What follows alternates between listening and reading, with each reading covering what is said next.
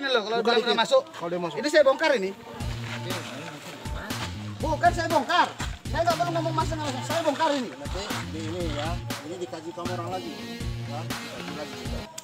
Untuk anggaran dana desa dan dana desa, ya, setiap pembangunan laven lebih taruhkanlah panjang 1000 meter, dia harus menggunakan aspal itu paling tidak 35 drum. Itu aspalnya, gitu. Kemudian dia harus menggunakan batu ukuran 5/7 kalau memang dia ada lubang yang lebih dari 5 cm kedalamannya. Dia harus menggunakan batu 4/5, 3/4, 2/3, 1/2, dan dia harus menggunakan abu batu, gitu. Kemudian ya, dari material yang ada, sebelum material ini digelar, dia harus mengadakan pengerasan jalan terlebih dahulu. Seperti contoh nih, batu 3/5,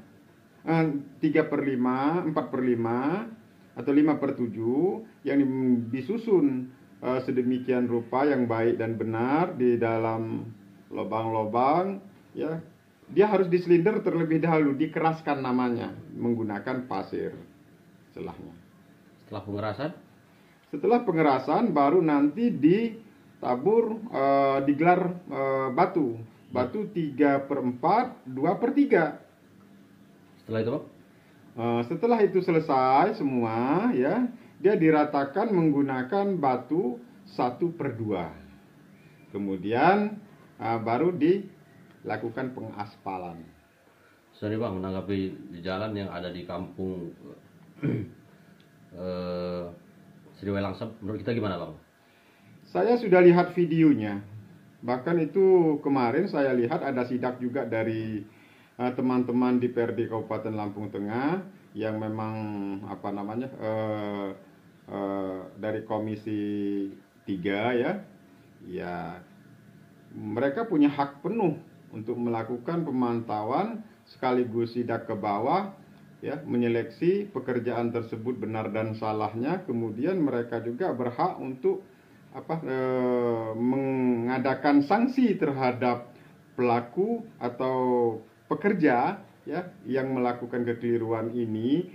Namun yang jelas, ya, pekerjaan yang ada di Sriwelangsep ini benar-benar menyalahi aturan, menyalahi bestek. Yang pertama, semua dari kesalahan itu menurut saya itu semuanya penuh dengan unsur kesengajaan. Kenapa tidak? Sudah jelas-jelas pekerjaan tersebut itu ada konsultan pekerjaannya, ya.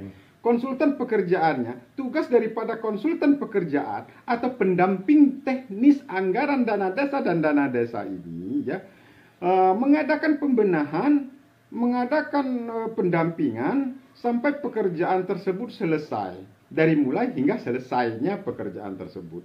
Akan tetapi, ya, pekerjaan seperti ini sudah tidak benar seperti ini, ya, konsultannya kok diam saja. Ini jangan-jangan konsultan ini selain daripada makan gaji buta, ya, konsultan ini sudah ada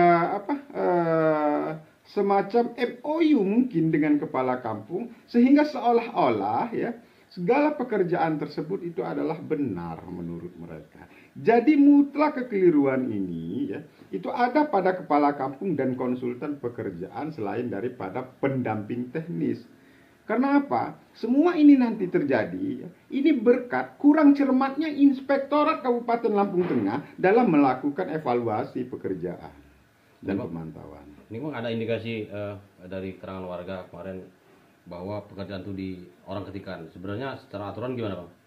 Secara aturan, saya tidak bicara undang-undang, ya. Kalau saya bicara undang-undang itu bukan kapasitas saya selaku lembaga swadaya masyarakat. Tapi saya bicara aturan yang sebenarnya. Yang namanya proyek swakelola, pekerjaan swakelola, tentunya ini harus diswakelolakan terhadap masyarakat setempat. Dan jika ini nanti terdapat dikerjakan oleh pihak ketiga, ini adalah penyimpangan terbesar dalam suatu pekerjaan. Karena apa? Ya, Karena proyek swakelola atau pekerjaan swakelola yang tidak diswakelolakan di pihak ketigakan, maka disinyalir ya pelaksana pekerjaan itu adalah mencari keuntungan yang lebih besar lagi. Ini namanya korupsi. Gitu. Ini namanya korupsi ya. Selain daripada korupsi keuangan negara, ini korupsi dalam korupsi aturan. Jadi otomatis menyalahi aturan ya Bang? Jelas menyalahi aturan. Kemudian hati-hati. Setiap ini swakelola diyakinkan bahwa papan pengumuman, papan transparansi publiknya dijamin pasti tidak ada. Begitu. Seyogyanya, sebelum pelaksanaan pekerjaan ini dimulai, papan pengumuman atau papan transparansi publik ini ya, ini harus dipasang terlebih dahulu, bukan setelah pekerjaan itu selesai kemudian ya papan pengumuman atau papan transparansi publiknya baru dipasang. Sejauh ini Bang, pemantauan kita di lapangan sendiri sebagai LSM yang konsen mengawasi kebijakan publik dan memantau korupsi sendiri. LSM dari PHB gimana pantauan di pekerjaan di Lampung Tengah Bang? Menurut pantauan kami ya sepanjang tahun 2021 mulai dari yang dikerjakan oleh pihak rekanan sampai pada anggaran dana desa dan dana desa ya tahun 2021 ini semuanya carut marut, semuanya terkesan asal jadi, semuanya terkesan asal-asalan, semuanya tidak memenuhi standar. Kita hanya menunggu waktu PHU, setelah itu kan kita laporkan secara keseluruhan dan global kepada KPK dan langsung kepada Presiden. Ya, karena begini, kita tidak akan laporkan rekanan dalam persoalan ini. Rekanan ini, mereka ini mengerjakan sesuai dengan anggaran yang ada. Kemudian, ya, banyaknya pekerjaan yang seperti ini, kami menduga keras ini ada setor ulang seluruh pekerjaan yang ada di wilayah Kabupaten Lampung Tengah ini. Jadi ada gratifikasi dalam persoalan ini, gitu loh. Sehingga pekerjaan ini semuanya tidak maksimal, gitu. Nah ini, ya, saya sangat berharap sekali kepada pemerintah pusat, jangan menunggu telah terjadi korupsi, telah terjadi penyimpangan, baru melakukan pemeriksaan dan penangkapan kepada pelaku-pelaku korupsi ini. Karena korupsi ini kejahatan yang sangat luar biasa dan merugikan masyarakat yang banyak. Bukan hanya masyarakat Kabupaten Lampung Tengah, bahkan negara kesatuan Republik ini jelas-jelas ini sudah dirugikan karena selain dari menelan anggaran belanja pendapatan daerah, juga menelan anggaran belanja pendapatan negara, APBN dan APBD. Demikian. Jadi Bang, sudah berapa Bang yang kita laporkan di tahun 2021 ini Bang? Tahun 2021 banyak sekali yang sudah kita laporkan, antara lain Dinas Pendidikan, kemudian Dinas Pariwisata, kemudian ada juga Dinas Bina Marga, Dinas Cipta Karya, ya, dan Dinas Kesehatan. Dari kesemua dinas yang saya sebutkan tadi, lebih kurang 40 laporan yang sudah kita layangkan kepada Kejaksaan Agung dan Mabes Polri sesuai dengan tanda terima yang kami terima ada. Jadi pada tahun anggaran pada tahun 2022, pada akhir Januari nanti kita akan menagih semua ya laporan-laporan kita yang kita sampaikan kepada Kejaksaan Agung dan Mabes Polri. Kebetulan yang di Mabes Polri saya ingat nama yang terima, itu Pak Jenderal Hanafi ya. Di saat itu yang terima laporan kami, mereka akan mengadakan cross check nanti setelah pada akhir Desember.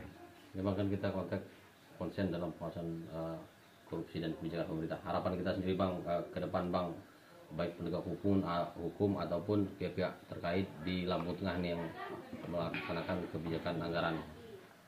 Jadi begini, saya sangat berharap sekali, tentunya bergantinya Kepala Daerah Kabupaten Lampung Tengah ini, kami dari Lembaga Swadaya Masyarakat, tentunya kami mewakili atas nama masyarakat juga, sangat berharap kepada pemimpin yang baru, semuanya bisa menjadi baru, ya, kebijakan baru, ya, harapan baru, kemajuan yang baru, ya, yang lebih baik dari sebelumnya, gitu.